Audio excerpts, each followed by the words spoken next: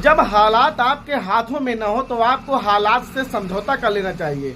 आज हम देख रहे हैं कभी सूटकेस में, कभी फ्रिज में, कभी बोरी में, कभी प्लास्टिक के ड्रम में सीमेंट के बोरी के साथ आपके टुकड़े किए जा रहे हैं। आप सारे संबंध को तार तार किए जा रहे हैं।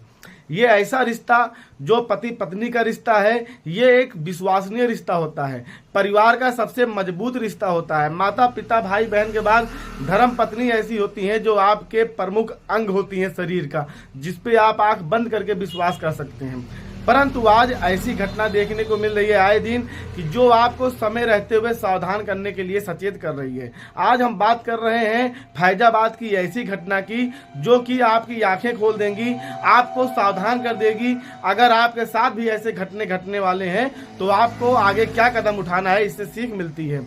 जी दोस्तों, ये कविता नाम की लड़की जो 7 साल पहले शादी की थी अपने पति विजय से। कविता नाम की लड़की विजय से शादी करके 7 सालों से रह रही थी, जिसके 2 बच्चे थे। अचानक ऐसा क्या हुआ कि पति को मजबूर होकर पत्नी की दूसरी शादी करनी पड़ी और पत्नी हंसी हंसी दूसरी शादी कर लेती है। ये कहानी आपके बगल क्षेत्र के फैजाबाद का है सबसे हाई प्रोफाइल मामला। सोशल मीडिया पर आज सुर्खियां बटोर रही हैं। दोस्तों, ये कोई मामूली घटना नहीं है, ये घटना ऐसी है जो कि आपको भी सावधान करती है। अगर आपकी पत्नी किसी प्रेमी के जाल में फंस जा रही है तो आपको भी वही कदम उठाना चाहिए जो विजय ने उठाया। वही कदम आपको उठाना चाहिए जो आज इस शख्स ने उठाया। आपको भी अपनी पत्नी को उस प्रेमी के साथ भेज देना चाहिए जिससे आपकी जिंदगी सिक्योर हो सके। जी साथियों, ये कविता नाम की महिला जिसके 2 बच्चे होने के बावजूद ये अपने एक आशिक से प्यार कर बैठती है। आशिक मात्र 22 साल का लड़का होता है जो भाभी से प्यार कर बैठता है। वो दोनों गांव के होते हैं, अलग अलग जात के होते हैं, अलग अलग धर्म के होते हैं, परंतु आते जाते ऐसे संबंध बनता गया। प्रेम मोहब्बत इस कदर परवान चढ़ गया कि महिला ने आशिक के साथ रहने के लिए रजामंदी दिखा दी और पति को दरकिनार कर दी। उसने साफ साफ कहा कि हम पति के साथ नहीं रहेंगे। इसका यही अर्थ निकलता है कि अगर आपको लाइफ में अपने जीवन को सुरक्षित रखना है, अपने परिवार को सुरक्षित रखना है, तो पत्नी यानी बीबी किसी के आशिक में फंसी है तो उसको तुरंत उसके जीवन से निकाल दीजिए।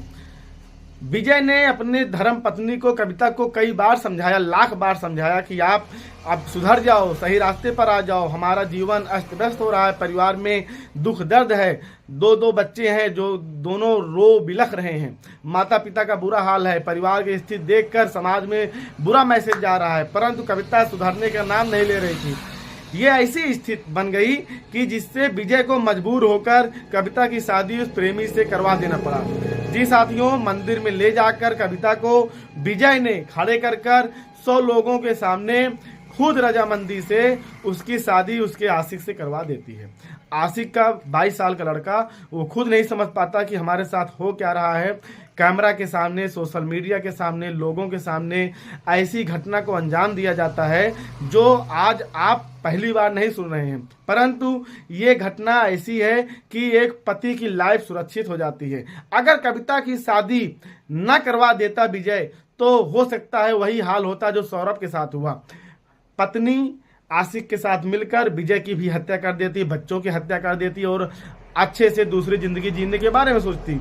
वो बात की बातें हैं कि कत्लेआम के चक्कर में पुलिस उसे जेल में डाल देती और उसका वो हाल होता जो आज के समय में सभी के साथ हो रहा है जेलों में। तो हम आपसे यही कहेंगे, अगर कभी भी आप आशिकी में पड़े पत्नी को पा रहे हैं तो तुरंत उसको आप पहले समझाइए, न समझे तो उसको दरकिनार करिए। उसे आप तुरंत आशिक के साथ उसके घर भेजिए, उसकी शादी करवा दीजिए, जिससे आपकी लाइफ सुरक्षित हो सके। आपके जीवन की रेखा जो है वो दूसरे के हाथों में नहीं होनी चाहिए। आप अपनी लाइफ को अच्छे से एंजॉयमेंट करिए। आप देखें कि आपकी पत्नी अगर किसी के प्यार मोहब्बत में फंसी है तो आप पहले समझाइए। अगर समझाने पे नहीं मानती है तो उससे शादी करवा दीजिए, उसको अपने जीवन से निकाल दीजिए। इससे यही होगा कि आपके जीवन में दूसरी लड़की आएगी, दूसरी महिला आएगी और आपके बच्चों की, आपके परिवार की देख रेख करेगी, रजामंदी से रहेगी। परंतु आप अपने घर में किसी आशिक को पनाह देंगे तो वो आपका कत्ल कर देगा। आप समय रहते हुए वही कार्य करिए जो विजय ने किया। पुलिस और कानून के चक्कर में पड़ने से पहले आप खुद अपने लाइफ के सिक्योरिटी करिए, खुद फैसला करिए। आपको इस वीडियो से यही सीख मिलता है कि समय रहते हुए आपको सही कदम उठा लेना चाहिए।